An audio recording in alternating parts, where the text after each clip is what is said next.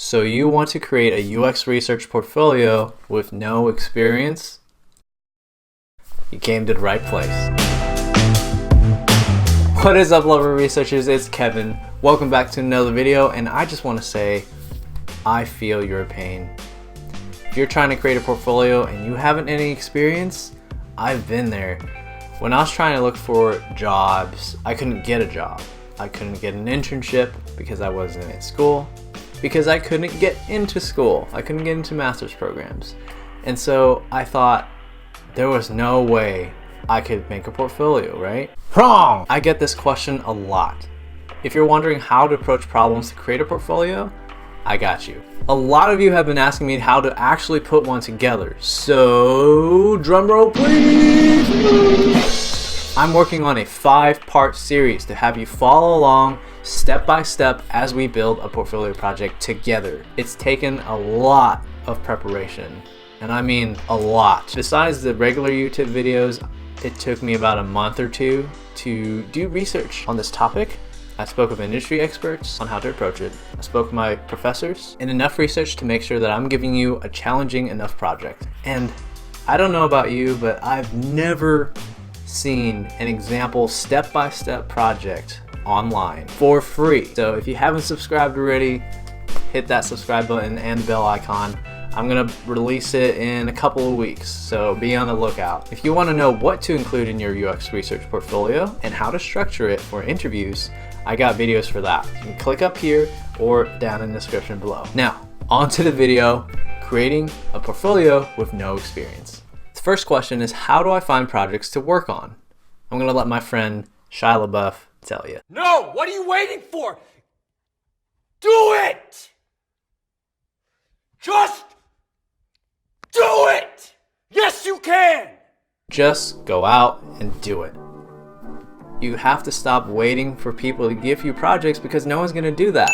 There are literally a bajillion problems you can solve with design thinking. Buying a ticket at the metro in France. The design of some voting ballots. Finding a campsite online was a pain, and these are just some of the things that I experienced personally in the past couple of weeks. If I had time, I'd probably make a video on how to create a project around one of these problems. Oh wait, hint hint, we will! Of course, the prerequisite for making a portfolio project is that you are familiar with the research process, that you know how to conduct research. Because if you don't, a portfolio project probably shouldn't be your priority right now. I can think of 3 different ways you can find projects to do. Those examples I mentioned, several ways you can approach it, right? You can fix a problem that exists, validate a concept, or explore the issue broader. For example, the first portfolio project that I worked on was some music app, and I was just doing usability studies on it. So that's an evaluative research project. You're fixing some problem. Now, if I wanted to do more foundational work, it could be, when do people listen to music? Why do they listen to it? What do they listen to? How do they listen to it? So that's not a usability question. That's a foundational question, right? So there's 2 different ways you can do it. And let's say you did the foundational study, you came up with research results, and you have some ideas like to improve it. So validate it. That's concept validation. Depending on the problem you want to solve, those are some ways you can approach it. In any case, be a self-starter and work on some of your own projects. In the boot camps, you're usually working in a group for your portfolio. And that's the kind of iffy thing when hiring managers look at your resume and see a group project from a boot camp, because they don't know what you did. So I think there's a lot of value in being a self-starter and finding your own projects to work on yourself. Of course, collaborating with others is definitely really important. So if you have those, that's good too. But there's value in digging deep by yourself and mastering it on your own. Also another thing is volunteer opportunities with nonprofits, and you can make a huge impact there. And don't approach them saying, I want a UX project to work on. They might not know what UX is. So just say, hey, how can I help? What kind of problems, what kind of people problems do you have? And just go in with your own UX thinking. I don't think that you have to have the title UX in your job description to do UX work. So if you're working, you can spot these problems on your own, user problems, and then have that UX mindset. Remember, UX is not just a job, it's a way of thinking. It's a way to solve problems. Anyone can do it. Another tip that I have for creating a UX research portfolio with no experience is to focus on the research process and not the deliverables. Focus on the research process, not the deliverables. I've heard some aspiring researchers wanting to create an app. You don't have to create an app. Just do the research behind the app on what to build and how to build it. That's the important part that we want to answer as researchers. If you focus too much on the designs or the screens that came out of it, honestly, maybe the visual design manager cares. But research, I want to see how you break down the problem, how you approach it from a research perspective, the context of the project, how you involved others. Why were you doing the research? What was the business objective, if any? What did you measure to make sure it was impactful work? And then go into the research methods that you used and why, research method that you didn't use and why.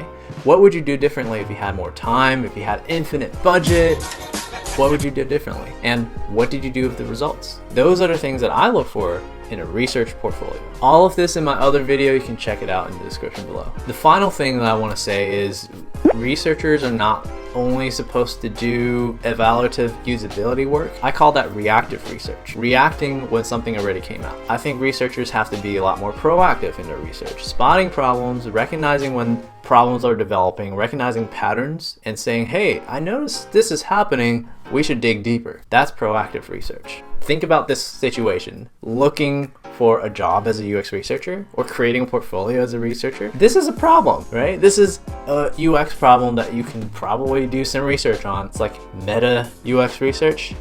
You can do UX research on the UX problem that UX researchers face when they're trying to create a UX research portfolio to get a UX researcher job. Smash the like button for every time I say UX research. Unless it's an even number. Told you this was meta. If you're able to do this and turn this into a real project, that'll definitely show your aptitude for recognizing problems and taking initiative. In conclusion, I know that this could be pretty frustrating. Not just creating a portfolio project, because you can find projects to work on. You can find problems and just go out and solve them. Luckily, I'll have a 5-part series on demonstrating how that works. But finding a job in the industry, it's not easy. Don't give up. And you don't need 10 portfolio projects. Having more is good because then you can reference experiences that you've done, but if you have no experience, that's okay. Just 2 to 3 really, really good ones with high impact, high complexity, and ones that you're proud of. That could be enough. People won't be looking at 10 projects anyway, so curate it for your audience. And again, I'm making a 5-part, maybe 6 parts, series for you to follow along step by step on creating a simple portfolio project. Be on the lookout for the next couple of weeks. If you like this video, smash that like button and subscribe. Hit the bell icon so you know when those series of videos drops. It might not be next week, but in the coming weeks, it's coming. I make all things UX research related to help you become the most badass UX leader. Mad love, peace!